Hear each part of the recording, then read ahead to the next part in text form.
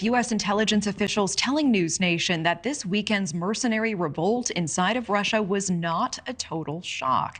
The surprising part, according to officials, was the speed at which the rebellion came and went. They expected a longer, more violent internal conflict. For more, we want to bring in Jamil Jaffer, founder and executive director of the National Security Institute. Jamil, thank you so much for being here. Thanks for having me, Natasha. I do want to start with something that former National Security Advisor John Bolton said earlier tonight on the show. Let's listen together. There's obviously a significant intelligence failure here on the part of the Russian FSB and other services.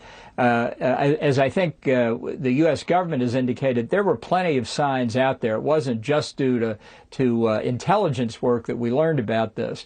And yet the Kremlin seems to have taken little or no precautions. What do you make of these comments? Was this a clear failure of Russian intelligence? And were you surprised that the Russian military was not more prepared, did not react more quickly to this? Well, I think certainly Ambassador Bolton is exactly right. Look, the fact of the matter is the Russian army is caught totally flat-footed. They allowed the Wagner forces to come in to take the southern military district headquarters and then to get all the way within 200 kilometers of Moscow, virtually untouched, with the exception of some air power. And they had 4 helicopters shot down and a fighter jet shot down. Not a good day for the Russian leadership or their military. You know, Russia has the largest stockpile of nuclear weapons in the world. There is a lot of talk this weekend about how this revealed a weakened Vladimir Putin. What do you think his likely reaction is now within his own government, with Prigozhin, and also with other countries after this instability? Well, you know, if Vladimir Putin were to do what he's always done, he's going to lash out internally. He's going to identify those that he thinks threatens him. He's going to take action against them. Unfortunately, it looks like he may be so weak, he's not even able to do that. He had to let Prigozhin go, escape to Belarus, reintegrate the Wagner forces. He may not have the wherewithal to actually go after his own enemies in his circle around him. That may mean he's not around for the long run. I do want to get your take on another major topic that we're tracking tonight. Back here in the U.S., we are seeing pushback from Americans living in the heartland. They're fighting Chinese-owned factories being built near military bases in some cases.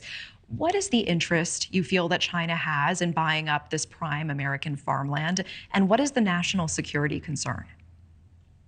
Well, you know, Natasha, China owns about 380,000 acres of U.S. farmland, some of it near American military bases, including North Dakota, where a Chinese company was prevented from building a corn mill just a few miles from some of our key nuclear missile bases. It's really important that we watch out not just for farmland, but also purchasing of land around ports and the like, critical infrastructure, the Pentagon, around airports and the like. We need to ensure that we're not allowing adversary nations acquire land in our country around these sensitive facilities. I mean, should it be incumbent? We just heard Brian Enton talking a little bit about this, these small grassroots efforts, these small bands of residents who are rising up and trying to make a public outcry about this. How did this happen? I mean, what department should have put a stop to this from the very beginning?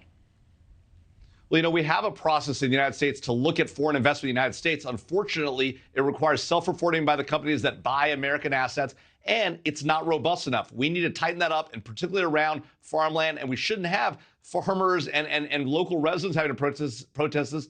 This should be an effort by the federal government to identify efforts by foreign nation states to buy land, not just around sensitive facilities, but land that's important for our economy as well. Yes, certainly appreciate the perspective and time. Jamil Jaffer, as always, thank you so much. Thank you for watching. Go to newsnationnow.com to find NewsNation on your television provider. And don't forget to click the red subscribe button below to get more of NewsNation's fact-driven, unbiased coverage.